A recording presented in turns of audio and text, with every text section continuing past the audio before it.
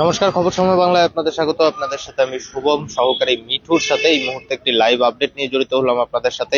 শিলিগুড়িতে এক আশ্চর্য ঘটনা এবং সেই আশ্চর্য ঘটনার সাক্ষী থাকলো শিলিগুড়ি বয়েজ হাই স্কুল। গতকাল অর্থনীতির পরীক্ষা ছিল। অর্থনীতির এক ছাত্র গতকাল পরীক্ষা দিয়ে পরীক্ষার খাতা অর্থাৎ যেটা উত্তরপত্র হয় সেই উত্তরপত্র নিয়েই চলে যায় বাড়িতে। পরীক্ষার খাতা জমা না দিয়ে প্রশ্নপত্র শিক্ষকের হাতে, যে ইনভিজিলেটর ছিল, যারা শিক্ষক ছিল তাদের হাতে উত্তরপত্রের জায়গায় প্রশ্নপত্র জমা দেয় এবং উত্তরপত্র নিয়ে শুধু ক্লাসরুমের বাইরে বা স্কুলের বাইরে নয়, সোজা বাড়ি পর্যন্ত পৌঁছে যায় সেই ছাত্র। গোটা ঘটনা কিন্তু বিরল ঘটনা বলা যেতে পারে। উচ্চ মাধ্যমিকে এমন ঘটনা হয়তো এর আগে শহরে কখনো ঘটেনি। জানিয়ে রাখা প্রয়োজন, এখনো পর্যন্ত যা জানা যাচ্ছে যে সেই ছাত্রের বিরুদ্ধে, সেই ছাত্র শিলিগুড়ি বড়দাকান্ত স্কুলের ছাত্র এবং তার সিট পড়েছিল শিলিগুড়ি বয়েজ হাই স্কুলে।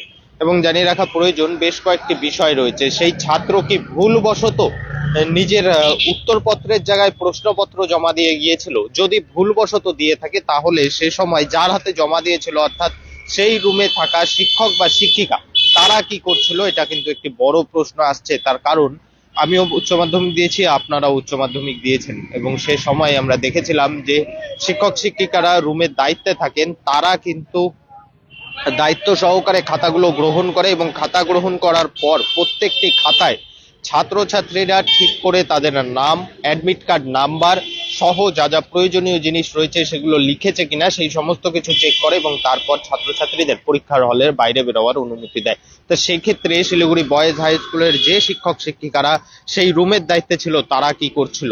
উত্তরপত্রের জায়গায় প্রশ্নপত্র দিয়ে দিল ছাত্র। শিক্ষক শিক্ষিকারা কি দেখলো না? এবং দেখলো না তো কিছুক্ষণের জন্য নয়, প্রায় কয়েক ঘন্টা পর, প্রায় 1.5 ঘন্টা পর সেই ছাত্রের বাড়িতে পৌঁছে পুলিশ এবং শিক্ষকেরা, বয়েজ স্কুলের শিক্ষকেরা সেই ছাত্রের বাড়িতে পৌঁছে সেই উত্তরপত্র উদ্ধার করে নিয়ে আসে। জানা গিয়েছে বড়দাকান্ত হাই স্কুলের ছাত্র শিলিগুড়ি বয়েজ হাই স্কুলে সিট পড়েছিল এবং এই গোটা ঘটনার পর ডিআই এর পক্ষ থেকে কিন্তু সমস্ত স্কুলগুলিকে আবারও সতর্ক করা হয়েছে। উচ্চ মাধ্যমিক নিয়ে যাই সমস্ত শিক্ষক শিক্ষিকারা হলে দায়িত্বে রয়েছে তাদেরকে পুনরায় সতর্ক করা হয়েছে, তারা যেন সতর্কভাবে পরীক্ষা নেয়। এবং তার পাশাপাশি যে ছাত্র এই ঘটনা ঘটিয়েছে সেই ছাত্রের বিরুদ্ধে কিন্তু ইতিমধ্যে একটি আরএ করা হয়েছে, অর্থাৎ এগেইনস্ট রিপোর্ট করা হয়েছে সেই ছাত্রের বিরুদ্ধে। তবে সেই ছাত্রেও পরবর্তী যে পরীক্ষাগুলি রয়েছে সেগুলো দিতে পারবে। তবে পাশাপাশি একটি বিষয় রয়েছে, উচ্চ মাধ্যমিক পরীক্ষা শেষ হওয়ার পর সেই ছাত্র